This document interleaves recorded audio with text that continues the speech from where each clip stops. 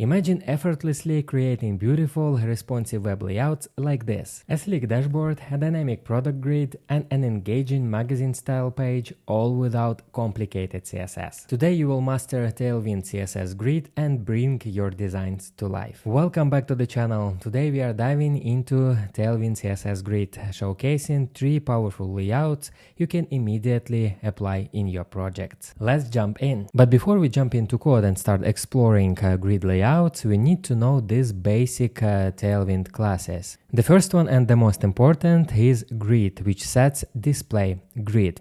The second one is gonna be grid calls, and so here we provide the number which defines column count. The same happens for rows. Here we provide a number which defines row count, and then we can provide gap, and here we need to provide number which sets grid gap, so the distance between the columns. Also, we need to remember that call span, here we provide number which spans across the column, so it means we can put several elements in the column, and the same happens for row. Here we need to specify the number and that spans across rows. So now let's go to IDE and take a look how to implement such layouts. Let's take a look first at the browser as well. So here the first component is going to be dashboard, the dashboard layout, and in dashboard layout we will have header, we will have navigation, main content, and also an additional component, activity. So now we have to place everything in the right way. So let's keep header at the top, then we need navigation on the left, then we will have main content and activity here. So to be able to arrange everything together in the nice way, we will use grid. And now let's take a look at the markup of that component and add required classes. Okay, this is my demo project with all components, dashboard, magazine, product, and also I have comparison just to compare Tailwind implementation of grid and pure CSS. But now we talk about dashboard, and here is the components of a dashboard. Here we have header, then we have navigation, then main content and activity. So now it's time to add grid classes to that components to have that perfectly aligned dashboard. And to align everything in correct way, we just need to update 2 lines here. As I mentioned in the beginning, we will keep header the same, it will be at the top, but we will work with the rest of the components with navigation, main content and activity. And first of all, we need to work with that div which contains these components. So here first we need to say that we need to have grid here. After that we will specify grid calls 1. We will need 1 column here. Also let's add some responsiveness. So we will say that on the medium screens we will need grid calls 4. That would be 4 columns on the medium screens. And also let's add some gap, and it would be gap 4. That's it here. And now we will also update this component to align perfectly revenue and users. So we need to add class name here. And basically we can copy this here, but since we have here these 2 components on medium screens, we will have grid calls too. Also in this part, to place revenue and users together side by side, we need to add extra class here. And that will be MD call span 2. That's it. Now let's have a look at the result. Perfect. Now you see that everything is aligned in the correct way. So header the same at the top, navigation we have on the left, then we have main content in the middle. So here we have these 3 columns, and in the main content we have these 2 columns and activity on the right. Basically that's it, just 2 lines. Now let's take a look at the product grid layout. So here we have product cards, several of them. So each card has a button, price and image.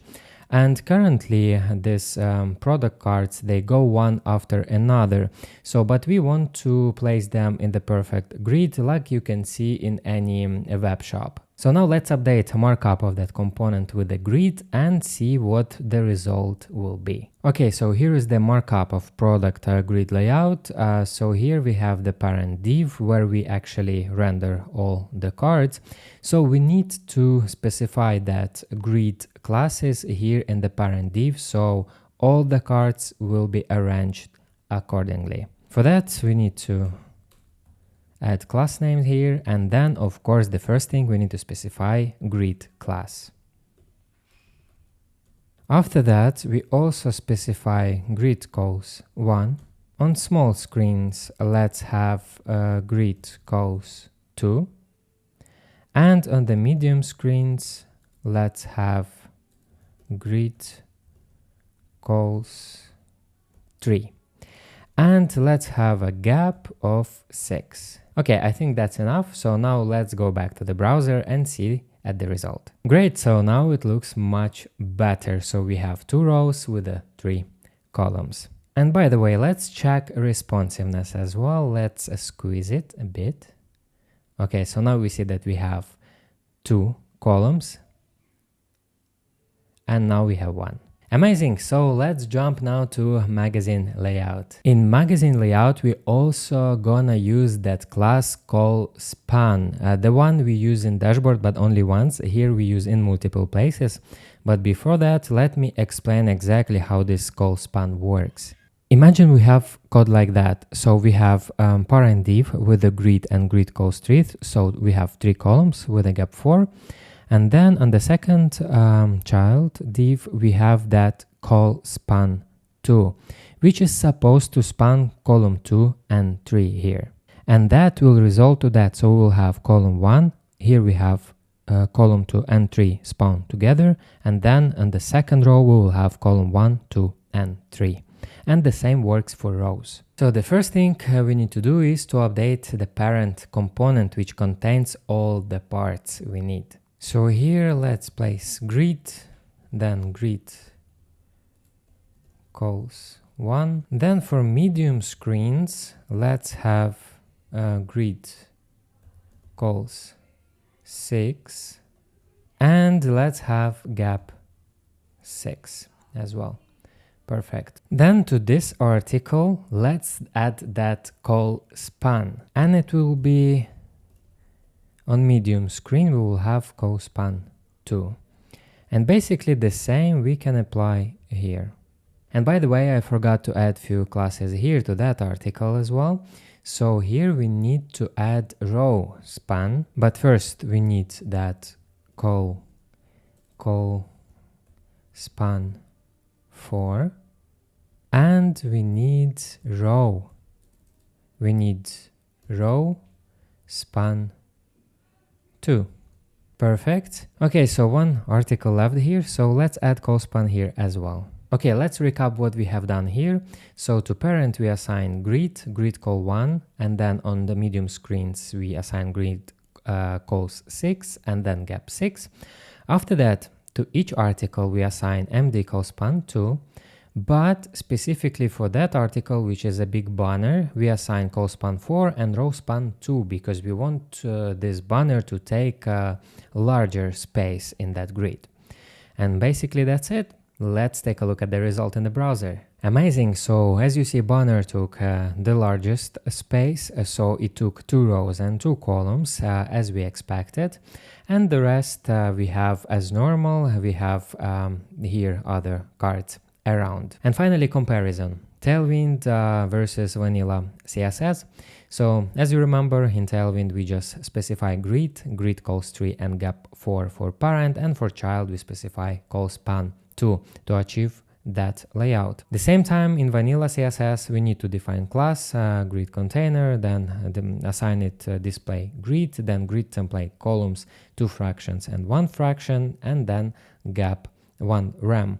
And also we need to create class main, and there we need to specify grid column span 2. So in this case, you can see that Tailwind will be easier because you don't need separate files, separate classes. You just specify everything with this small utility classes. I think it's much more convenient. And by the end, let's have comparison of Grid versus FLEXBOX. FLEXBOX is also very popular. So Grid has a better performance in terms of complexity for item positioning. Also, it has fewer layout recalculations when items change, and it is better for complex layouts with overlapping requirements. And FLEXBOX has lighter memory footprint for simple layouts, better for dynamic content sizing, and more predictable with unknown content amounts. And there you have it, responsive layouts simplified by Tailwind Grid. Try these examples yourself and share your creations. If you enjoyed this quick tutorial, like, subscribe, and let me know your favorite layout in the comments. Thank you for watching and see you in the next one.